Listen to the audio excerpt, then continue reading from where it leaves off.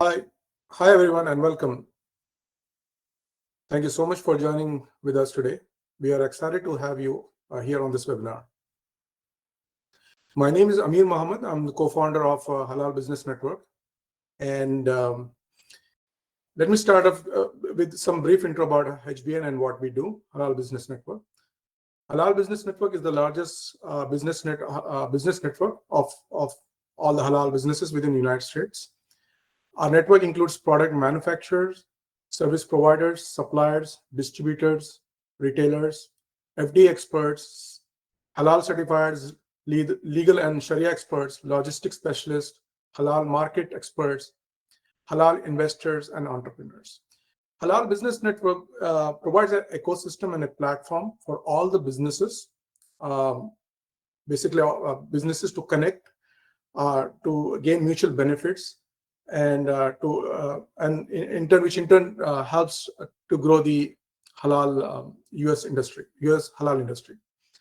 And Halal Business Network works with different industries, businesses within different industries like food and beverages, cosmetics, fashion, and also it works with service-based businesses like halal tourism, travel and tourism, logistics, marketing, technology, real estate, and halal finance. So before we dive in, let me give you a brief intro about US halal market, a general overview of US halal market.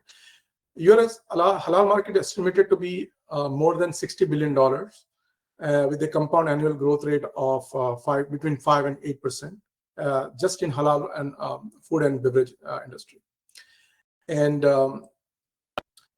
today's session is about impact of tariffs on the US halal market. In this session, we'll find out how current and the proposed tariffs will affect the availability, pricing, and sourcing of halal certified products within the United States. We will hear from our esteemed guest who will share his insights on adapting these changes to mitigate risk and to maintain halal integrity with all the halal products which we are importing. So if you are an importer or a food manufacturer or a retailer, or somebody who is in halal business, or if you're a policymaker as well, this webinar will provide you knowledge to better position your business in this turbulent times. So with now, I will hand over the session to my partner and co-founder, Marwan Ahmed, who will introduce to our esteemed guest, Mr. Quentin Gray. Just before that, I'll just give you a quick housekeeping activities. We'll have this session for between 45 and 60 minutes, in which our esteemed guest will speak for 30 minutes, and we'll have Q&A at the end for 10 to 15 minutes. Feel free to drop in any questions anytime in the QA chat, and we'll address all the question and answer at the end of the session. With that, I'll hand over the session to Marwan. Marwan, please go ahead. Assalamu alaikum, everybody, and thank you for joining us today. My name is Marwan Ahmed. I am the founder of the US Halal Consultants and the US Halal Business Network, along with my partner, Amir. With us today, Mr. Quentin Gray, who is also one of our members and the US Halal Consultants. I'll give a quick introduction shortly, but quick reminder that the Halal Business Network is a group of businesses based in the US as well as outside, and we will be conducting regular events and meetings virtually and in person in different cities. Also, a quick reminder that the Halal Expo Summit 2025 will be hosted in November 12th and 13th this year in Chicago. If you can mark your calendar, we'll be happy to send you updates on the program and speakers as well as the participants. So on today's topic, the understanding the impact of the tariff on the US halal market. Our speaker, Mr. Gray, is a former senior foreign office sorry, Mr. Gray is a former senior Foreign Service officer who promoted U.S. agricultural products in the Middle East, Africa, Europe, Asia, and currently an international trade consultant. He has more than 30 years of experience helping U.S. companies promote their products around the world. I'd like to welcome Quentin. It's all yours. Thank you. I want you to bring up my presentation, please. Thank you so much for joining today. And this issue of tariffs has been in the news constantly. And so what I wanted to do, I thought of, I've been spending more than 30 years working on the issue of tariffs and trade. As a Foreign Service officer in West Africa, assignments in Africa, North Africa, West Africa, East Africa, Middle East, Saudi Arabia, Dubai, the UAE, and also in Europe and Austria. So the issue of trade and tariffs, just as soon as I started hearing about the trade war, I started thinking about the last one we just had in 2018. And it impacted me directly because I had a business partner, Chinese American business partner, and we had set up food safety training courses to give to companies that are exporting food products to the United States. And this was a solid contract, and we would be getting paid really, really good money to provide food safety training to help companies understand U.S. regulations and what the food safety requirements. So we lost that whole contract as a result of the first trade. So when this trade talk and trade war and tariffs started, I said to myself, with my economic background, I have a bachelor's and a master's in economics, and my trade experience, I should be talking about this issue because I have the background and some experience and practical experience in dealing with these issues.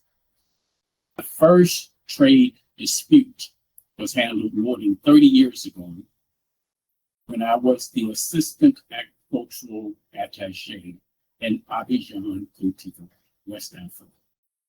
When an importer had some meat products he had imported from the United States, they had fat in the container along with the meat. And that importer said, I want someone from the U.S. Embassy to see this, to be witness to this. He called me, my boss at the time probably sent me to deal with that. So I saw the fat that was in the container, and I said, there is a trade dispute mechanism for importers that have problems, that sort of thing, they can resolve and come up with some sort of financial solution. But that was my first trade dispute. It was not my last one. I've been dealing with trade disputes and problems with shipments for a long time. And halal is an area that I've come to know a lot about in the last 20 years because I was the assistant agriculture attaché, assistant trade officer. My titles have changed so much over the years, it's hard to remember what the title was. But I was the trade officer in Saudi Arabia during a time, 20 some odd years. And that's when I first got exposed to the issue of halal and what it means. And since then, I've served in many places, and as I said, Dubai, UAE, and in and out of the Middle East. So I have a good understanding of it. And also am an advisor to a halal certifying organization. So I'm pretty grounded in what halal is. So getting all that off the table for myself. Could you slide your screen down, Marwan, because I want to see the forum synopsis.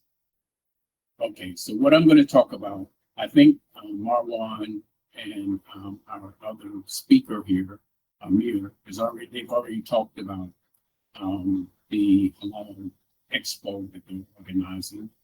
And Q Grade Associates is a consulting firm. When I left the federal government, I started Q Grade Associates to provide food safety, market promotions, services. And that's what I've done for the last 7 or so years.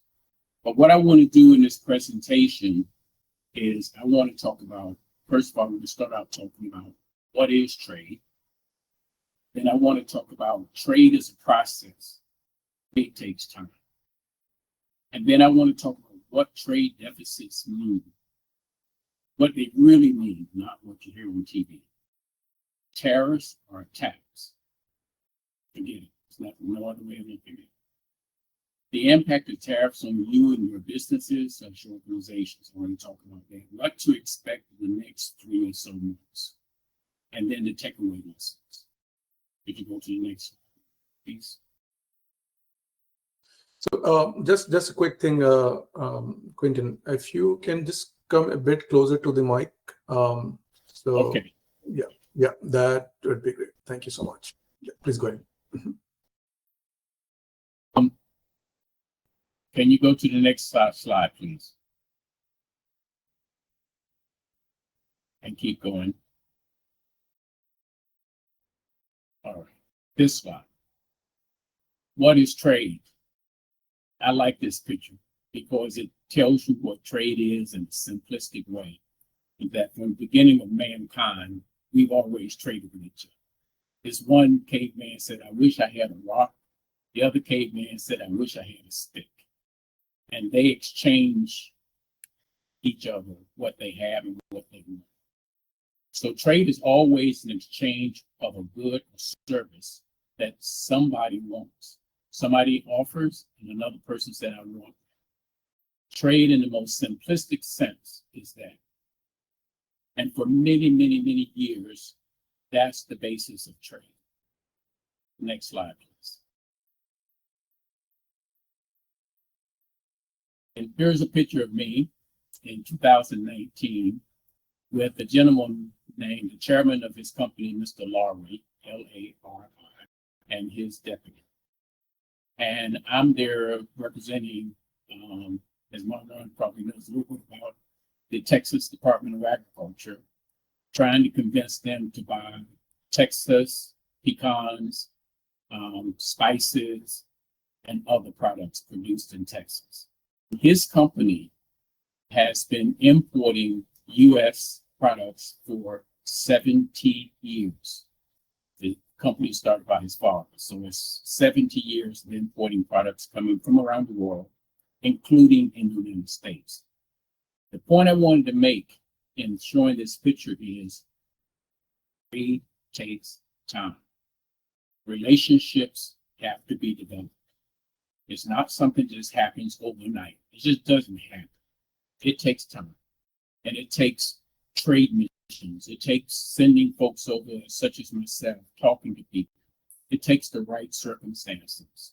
That company has contacted me at least 3+ times after that about different other products they would like to import from the States. Next slide, please. So I wanted to use this picture on how to explain the trade process. Last Africa assignment was in Ethiopia as the Agriculture Council. And the Ethiopians are so proud, and they firmly say that coffee was invented in Ethiopia. And so in the Ethiopian culture, they have what's called the coffee ceremony. This young lady is pouring coffee. That's some strong coffee. I don't know if you ever had it, but that's some strong coffee. So they pour coffee in these cups, and then they always serve popcorn with the coffee. I never could understand why they served popcorn with the coffee, but it was all good. And that's the coffee ceremony, and that's what they honor. That's how they honor their tradition or their belief that coffee was founded in Ethiopia. Next slide, please. Move on. Wait a minute, I'm missing some pictures here. Oh, Okay, I see that my slides didn't transfer over properly because there's supposed to be charts here that explain things. But Marwan, I'm just going to talk through it. I don't need to speak from a PowerPoint, but keep going. I want to show some of my other pictures. But the picture that I had for that particular slide didn't come through. No, it's not there. So those slides didn't come through. But what I had on trade takes time, I used that Ethiopian coffee as an example. There's an importer, a U.S. importer, who said, I believe that coffee shop around the corner sells, wants to buy some coffee from Ethiopia. And I believe if I import this coffee, I can sell it to this Starbucks or to these other, or to giant supermarkets, etc. I can sell it. You can find Ethiopian coffee in all these places. So the importer has, first of all, in Ethiopia, the Ethiopian government and the Ethiopian agricultural sector, they've invested money in research and development and coming up with an Arabica coffee that is of excellent quality. A lot of that money and investment in farming and labor costs, and everything associated with producing that product, there's a cost associated with it. That importer who brings in the coffee has to have storage space, has to have everything that's necessary to transport that coffee, has to have the conditions right for processing if they want to process or send it to a processor. All of that has to be organized. Then there's a contract, a sales contract that's made with that importer. That importer said, I'm going to buy a certain amount of tons of coffee for this amount of money. Then the tariffs come into play. When that U.S. importer says, I've agreed to this contract, I'm going to pay X millions of dollars or hundreds of thousands of dollars for this coffee.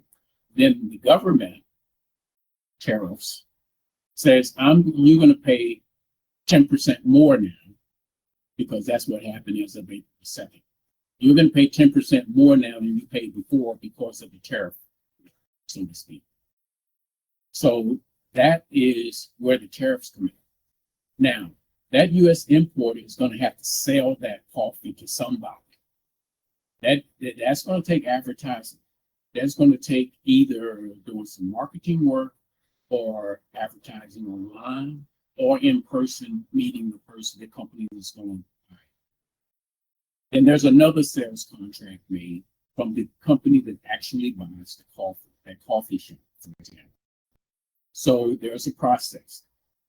And so the point I want to make is that trade takes time. It could be, this whole transaction could be a matter of months, or it could be a matter of years when you're talking about big scale purchases. It could take a long time to negotiate a contract. There's so many things all the time that these negotiations are going on. There are transportation costs are changing. Labor is either unavailable, costs are changing. You have refrigeration issues you have to deal with. And with coffee, you have to make certain that there's no kind of fungus infestation. There are a lot of things you have to be, and everything is moving all the time. So it's not an easy thing to control. So the point I want to make is this: in trade and in agriculture and trade is related. In agriculture, the profit margins are razor thin. In some cases, it's just cents. Change a losing proposition to one that will gain money. And the same thing deals with trade. The profit margins are razor thin. You don't know whether or not you're going to make money if all the variables don't fall in place. So this change in tariffs is a big deal. It's a huge deal for agriculture. It's a huge deal for people involved with trade of products. And this includes halal and all other products. Everybody's impacted by this. So what is a tariff? And could you move Marwan to the next Let's just move to the next slide. Even after this one. Okay, I want just pause here for a second. Yes. Just go back one, thank you. Okay, I want to point this out. I don't know whether Marwan, you plan to share copies of this presentation, but I don't want to think you do. There, I have in the PowerPoint presentation, I have the tariff increases that were announced on April the 2nd, and it shows all of the changes in the tariff increases as of April the 2nd. But you have to click on it and then go into the file. So I don't want to do it here, but at your leisure, assuming you get a copy of the presentation, then you'll be able to go in and see all the tariffs that were announced on April the 2nd. Next slide, please. The impact of tariffs on you and your businesses and organizations. When you get the PowerPoint, it didn't come across through the internet for some reason. I have a whole schematic graph of the impact. Well, one impact we already know, and that is that the stock market lost $6 trillion. When I say trillion, I mean trillion with a T, dollars of value in 3 to 4 business trading days. $6 trillion. That means that somebody's 401k retirement account, the retirement account has gone down in value. I think some estimate at least 20%. That's a lot of money. Oh, there we go. Now we got it. Okay. So the previous slide, please. The one you just left.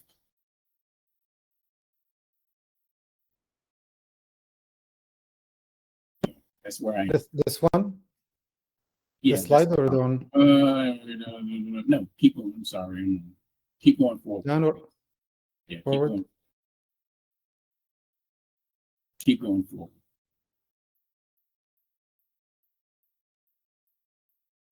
Forward, yeah. Keep going.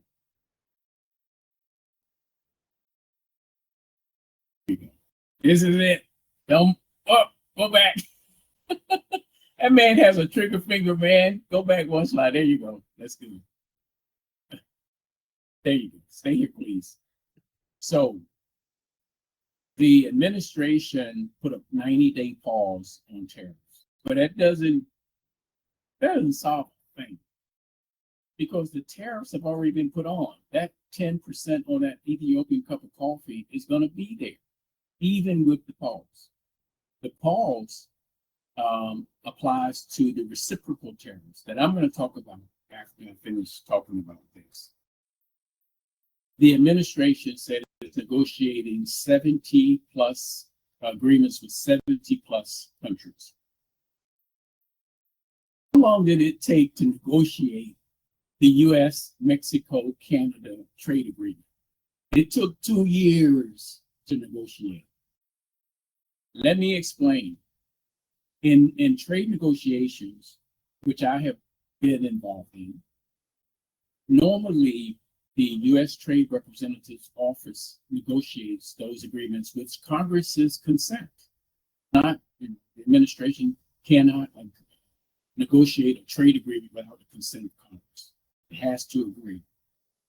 So in this case, it appears that Congress is agreeing to let the administration negotiate. So let me tell you what happens if Ethiopia, I'm just using Ethiopia because I used the coffee example, say we want to send a delegation to Washington to negotiate with you. Guess what? The U.S. Trade Representative's Office has about 200 people. That's not a lot of people. And all of those people in an office are not negotiators. And when we have negotiations, U.S. has negotiations, they bring in subject matter experts. So the agriculture counselor or someone with an agricultural background will be brought in to talk about coffee. There'll be, if it's a commercial item, there'll be people from the Commerce Department brought in. There'll be people from domestic industry brought in. There's a team of negotiators that are put together to address each country.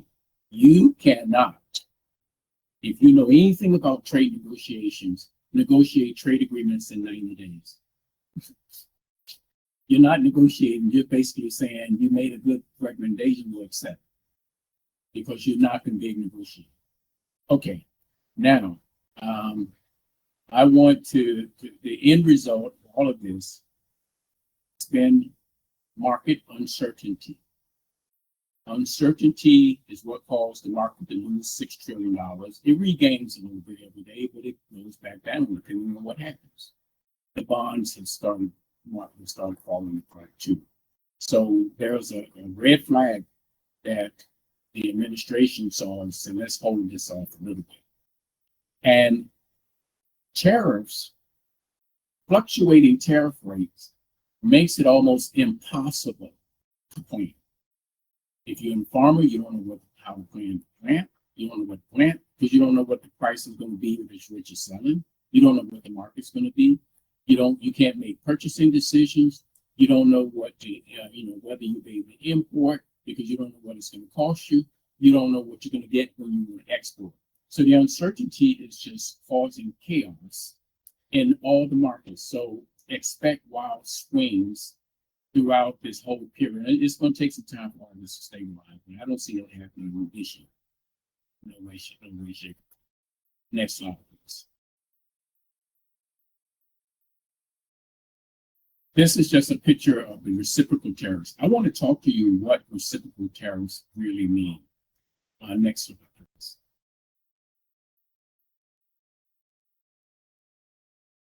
Okay, this formula that you see on my presentation here is going to go down in infamy. And in my opinion, one of the dumbest things I've ever seen. Don't credit me with that. But the only reason why I say is because the reciprocal tariffs should be simple. Number 4 on this list. If the U.S. has a trade surplus, so that's not the issue. But the point I wanted to make is this formula use surpluses as a barometer for putting on the reciprocal tariffs, but it also used what we call non-tariff barriers, took those into consideration. So what is a non-tariff barrier? Let's say if we wanted to export some big ticket item to Ethiopia, and they produce a lot of it, and they don't want U.S. whatever, let's say wheat, for example. They produce wheat in Ethiopia, so they don't want U.S. wheat. So they put on a non-tariff barrier. They said that because you have GMOs, there's no GMO in wheat, so I use corn. Let's say the corn is exported, and Ethiopia produces corn. And then they said, we don't want GMO corn. Or they can say, you use a pesticide that we don't approve. That's what's called a non-tariff barrier. So instead of using a simple calculation for reciprocal tariffs, they use tariffs plus non-tariff barriers to come up with the rate. Then they said if you're a good actor, which means that you don't cause problems with following rules, we'll cut it in half to make it easy. So what is the end result was no one can replicate the formulas. So that means that you can have the same numbers, but you don't know all the things they put into the calculation. So when a country has to negotiate, they don't know exactly how you came up with the number. I've never seen anything like it in my life. They don't know how you came up with the number. So anyway, next slide, please.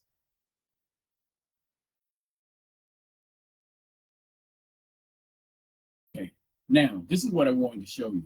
The example at the bottom. A reciprocal tariff in the classic sense is if country A imposes a 10% tariff on country B exports, country B might retaliate by imposing a 10% tariff on country A's exports. Simple. I think if they're stuck with that, they're probably going to have as many problems. But the other way, countries don't even know why they're being imposed these tariffs. They don't know what good actor. What's a good actor? Come on. All right, next slide, please. Okay, I've already discussed this, so we'll keep going. Next slide, please. What can you expect as a business or an organization? And tariffs will have an immediate negative impact on demand for food and retail purchases. You gotta believe it. Because everybody I call and talk to, I feel so bad. The young people who are just starting out their careers are losing their jobs, whether they be with federal government or they are with an organization that gets funding from the federal government, and then people are losing their jobs arbitrarily. I mean, just getting fired for no good reason. And people with a lot of deep experience are being demoted or fired from the federal agencies for certain. And private companies are already preparing for layoffs. Everybody's preparing for layoffs. And I talk to people on the phone all the time. Everybody's saying, I'm thinking we might lose our jobs soon. The economic impact of all of this is going to be an economic slowdown. All of the economists that get paid big money, I don't get paid that big money, but I still study economics, and I understand why. Canada is the U.S.'s second largest trading partner, and we have, put this lightly, pissed them off. Seriously. The Canadians, who have been one of the most reliable markets for the United States, hope them in terms of saying we're going to take them over and make them 51st state, etc. So what are the Canadians doing? I had the fortune to meet the Canadian Agriculture Counselor, U.S. Agriculture Counselor for Canada to the U.S. a few months back. And we had already talked about, just talking, exchanging information. Now she's so busy traveling. And so I think that she's probably going to negotiate these new trade agreements that Canada is making with other countries. So, and there are parts of Canada that have taken all U.S. products out of the market. This is a serious problem. Okay, trade takes time, remember that. So you just can't walk back in there and think people are going to forget what you did. And now, China is the largest export market for U.S. agriculture products. Soybeans, almost all the soybeans produced in the United States is produced for export to China. And because we export, it's one of the commodities we export probably more than what we consume. It's made for export. Canada imports all kinds of products from the United States. If we eat it, they import it. And right now, the tariff rate for anything coming from China is 145%. If you can get your arms around that. And any product that we export to to China, U.S. product, is 125%. So right now, there is a trade disruption in the U.S. agricultural sector, and there's a trade disruption in the Chinese export sector, and then the supply chain. Right now, the two heads who can solve this thing, try to solve it, are trying to figure out who's going to blink first. So the U.S. has reduced the tariffs on electronics, those sorts of things, sort of backed away from. If you mess with somebody's iPhone, or you mess with one of my smartphone, then you're in trouble. So the U.S. backed off some on those tariffs. But in terms of the agricultural sector is reeling right now. They're doing what the crap to do. Their big market, two of the biggest markets are closed. If not closed, disrupted. Now, it's another thing that a lot of people don't understand, but when USAID closed, our humanitarian agency, where we were feeding poor people, where we were keeping people alive through the PEPFAR program, USAID, the AIDS medicine that we were treating people with, the food that we were feeding starving young kids, etc., around the world, all stopped literally overnight. And that has left kids dying, people dying, and $2.1 billion worth of U.S. food was purchased, normally purchased from U.S. farmers for export for those food aid programs. And right now, those farmers are saying, who's going to buy our food? They're producing. Halal, all of it's the same. So I don't need to talk halal every second because everything I'm saying impacts everybody, including the halal producers. Your business is going to be impacted just like for everybody.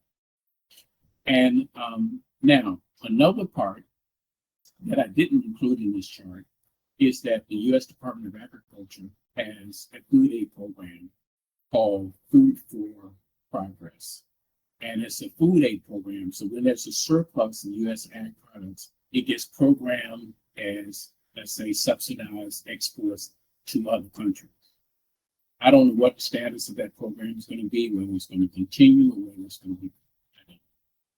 So demand overall for food has got to decrease because people are going to be losing jobs if this thing keeps going in this direction, and we're going to see economic activity slow.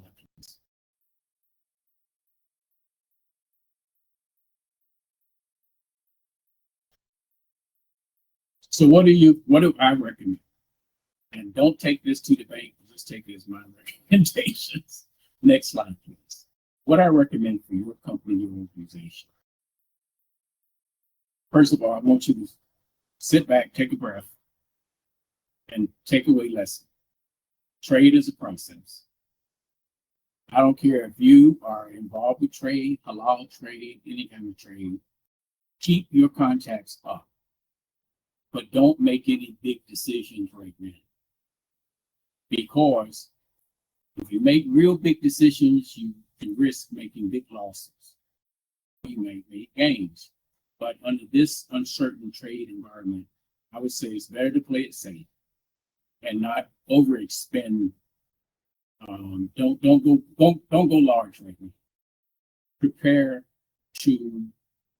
your business for a time when the market situation stabilizes. That's what I would say. Spend this time planning. Spend this time preparing. Spend this time filling out what the situation is going to be. But right now, you have no idea how much these things are going to cost, how much you're going to make next week. You don't know. And even in the United States, with the economic situation going in flux, you don't even know what your domestic market is. But this is a time to expect slowdown. Some of us are old enough, like me, because I've been through a recession or two in life. I know what happens, and it can get ugly. It can be real ugly. So this is the time to be Scrooge.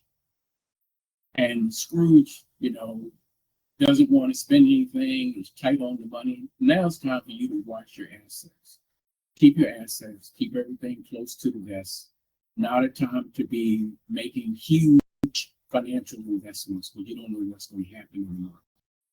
So the U.S. economy, last thing, is in for a rough ride. And I hope it's something I said about the tariff situation. And, if you have any questions, I don't know how you're going to handle the minimum one. That's basically my presentation. And you can just go to the next slide, please.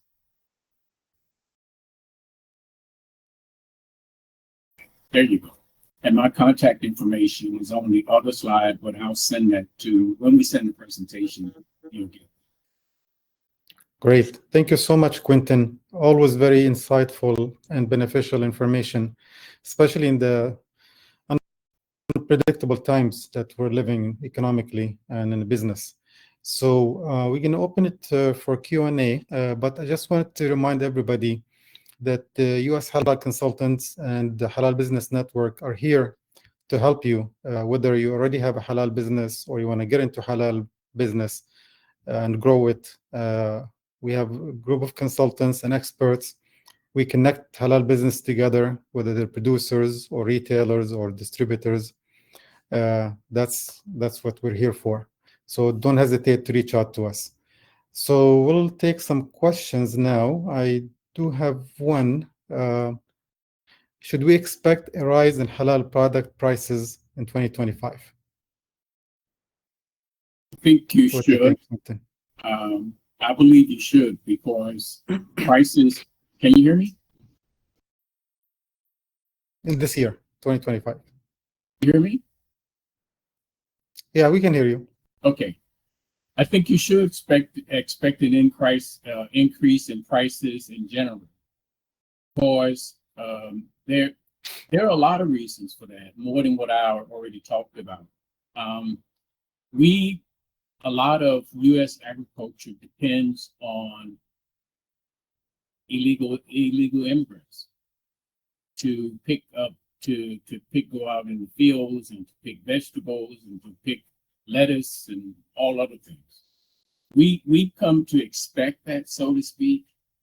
And in my hometown in North Carolina, Williamston, North Carolina, there's a whole Hispanic population that came in for agriculture. It used to be my family, but not now. So those folks are coming in. All of them, I'm certain, all of them were not legal, but they were working at very low wages. So what we're finding is that we've maybe solved an illegal immigrant problem to create another problem. So in agriculture is going to be hit hardest because agriculture depends on that labor. So labor costs are going to go up for production. There were two things already happening in U.S. ag industry as of last year. There was farmers were not having a profitable situation because of increased labor costs or no labor or increased input costs. And the input costs are only going to go up. Let's use Canada's war, so to speak, with Canada right now as an example. Canada exports 80% of potash. That's the ingredient used to put potassium in the soil. The U.S. imports 80% of its potash from Canada. That's going to be more expensive. So every input item for halal, for all businesses, should go up. Another reason for this prediction, so to speak, is because for a lot of equipment, I use John Deere for an example, or U.S. agricultural equipment. The big the agricultural equipment businesses, they bring big equipment in for big farmers. Man, you cannot believe how much it costs to buy a big harvester, man. Hundreds of thousands of dollars. It's incredible. So there are a lot of small farmers that import smaller equipment. And I'm pretty certain a lot of businesses do the same. They're bringing in equipment that won't standardly be purchased by large-scale companies, but by smaller-scale companies. That equipment is going to cost more because of the tariffs. So one thing, to get back to the question, absolutely yes, expect increases. And the sad part is no one can tell you exactly what it's going to be. Okay, thank you so much, Quentin. The next question is from Afraz. He's asking, what is the tariff to Canada for exporting food products? I believe he meant from the US, I guess. The tariff on Canadian, I didn't quite understand. Exporting, what is the tariff to Canada for exporting food products? That's an excellent question because it keeps changing. I'm laughing, but it's serious. All I can say is you need to look at the news every day to figure out what it's going to be. Because right now, it depends. Okay, the way they have done these tariffs with Canada and Mexico are different than other countries. In other countries, in some ways, it may be simpler. If a product is under the U.S., Mexico, Canada trade agreement, tariffs could be zero if it falls under that agreement. But if it does not fall under that agreement, it could be subject to whatever the tariff rate is that they've decided, which changes every other. So the real answer is it depends on the commodity. If it's a commodity that falls under the USMCA, then that product could actually go duty free. It should tariff free. It should be able to, or either at a minimum tariff, as according to the agreement. But if it's not a part of that agreement, it is a higher rate, but I don't know exactly what it is because it depends on what commodity. All right. Amir is asking, under the current climate, do you think it's a good opportunity to start manufacturing halal products in the US?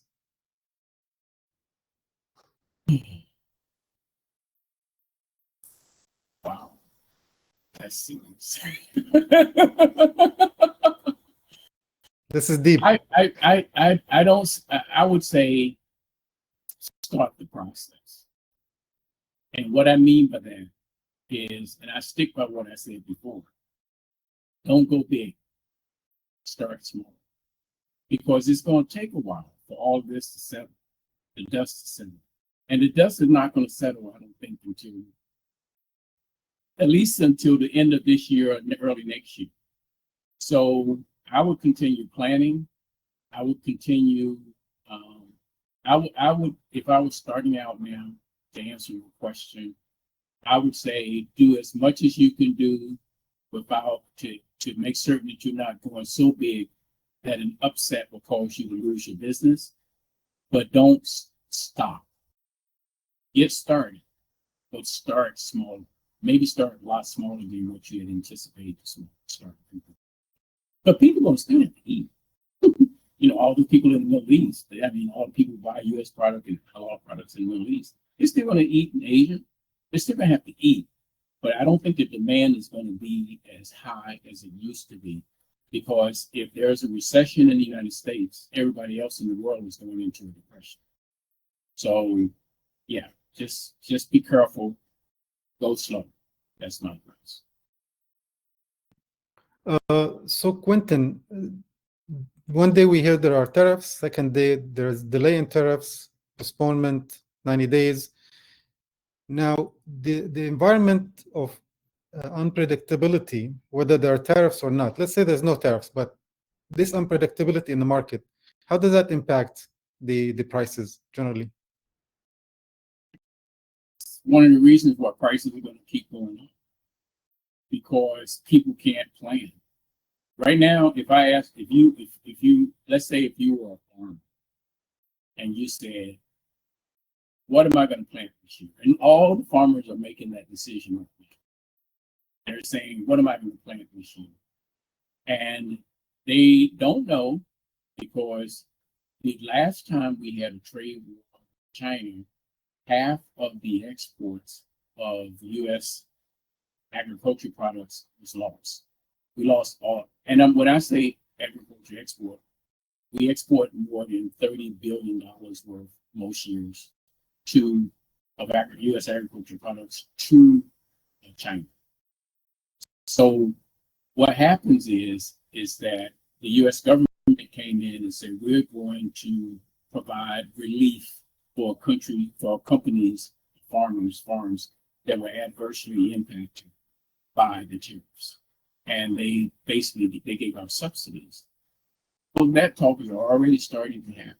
But then again, that hurts, because let's say if you are a company and you are wanting to export your halal products overseas, and you have been adversely impacted because whatever country that's importing has increased its tariffs on your products. So the way the subsidies work, at least in the ag sector, you almost have to be a big player, so to speak, like what we call a row crop producer. Wheat, corn, soybeans, those, and perhaps cotton. Those subsidy programs are to offset the impact of tariffs, are geared for those companies. They're not geared for halal companies. They're not geared for that. So that means that federal relief is not coming. So then you need to be aware of that. But you have to be flexible enough to adjust to the fact that you don't know exactly what your product is going to sell. Not now, you do. Not now. Maybe later this year or early next year, we will know for certain. But right now, I hope I sort of got around the way got to that answer. Yes, thank you. All right, we have a two-part question from John. Are there halal products that cannot be gotten domestically? If so, how price sensitive are they before halal consumers reduce their purchases? I can answer the first part. Yes, there are a number of halal products that are produced locally. The level of impact on the prices for the domestic production will be depending on the components or ingredients of these products. If they're all local and domestic, or some of them are coming from overseas, that will play a role in the final retail price. The second part I'll leave for Quentin to answer.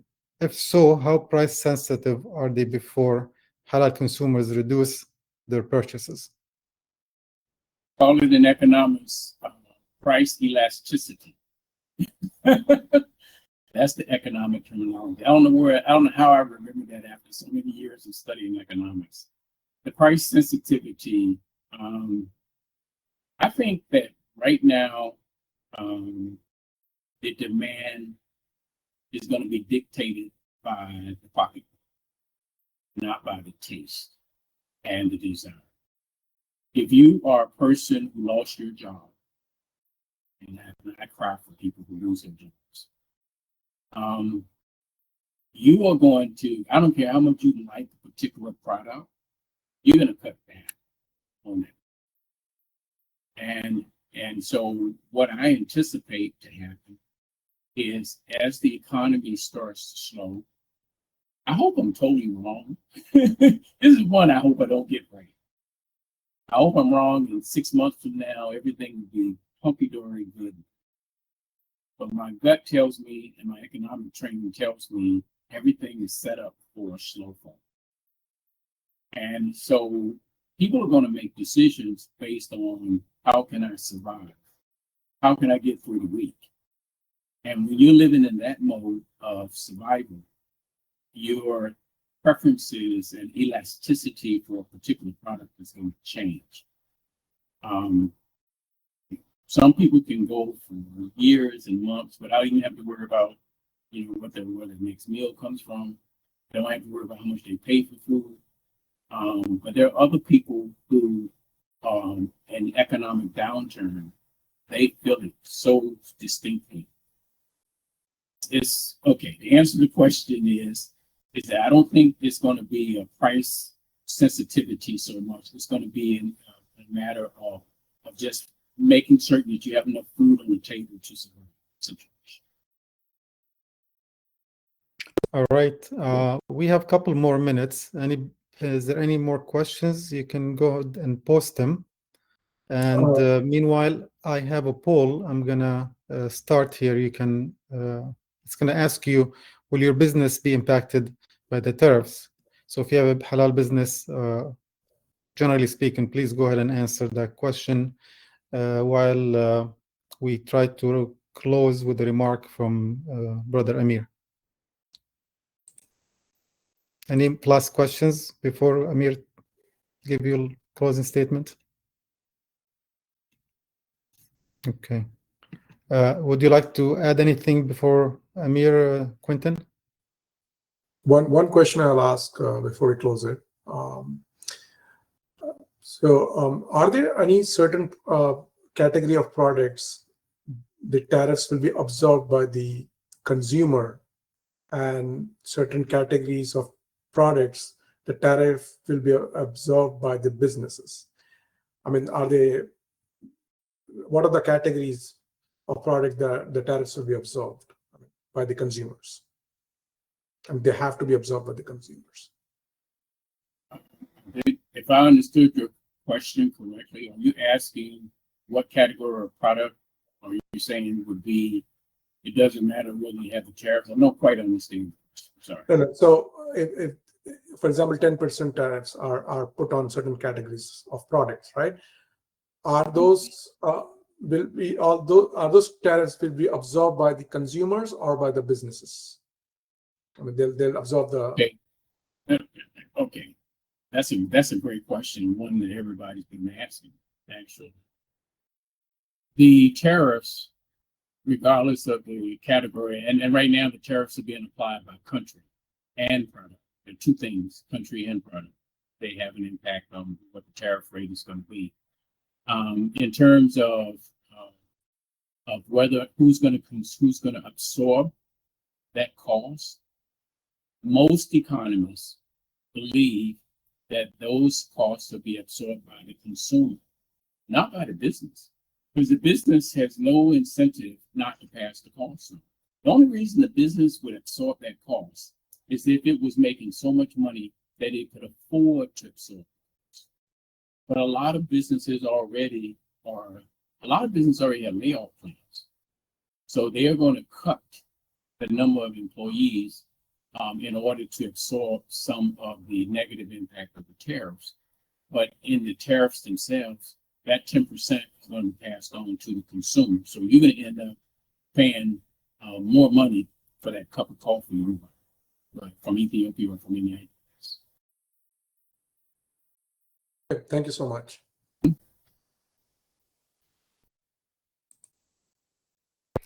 Thank you, Quentin, for again very insightful presentation and answering the questions. I will turn it to Amir now for the closing remarks.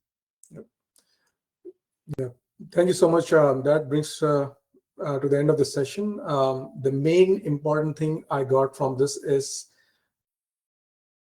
keep it slow and steady with your investments, and watch out critically to the market, how it's behaving, and that is very insightful. Thank you so much, Quentin, for your insights on this chaotic times. And if you are a manufacturer, distributor, retailer, or anything that you are dealing with halal business, please join our group, Halal Business Network group. I will share some WhatsApp group as well. Please join our group and let's keep connected, and wait and watch for our future webinars, our programs, our events. You will soon find more information and more events to come up throughout the year. Thank you so much for your time today, everyone, and I hope you guys have a good day, and we will meet you in some other fashion. Thank you so much. Thank you. Here.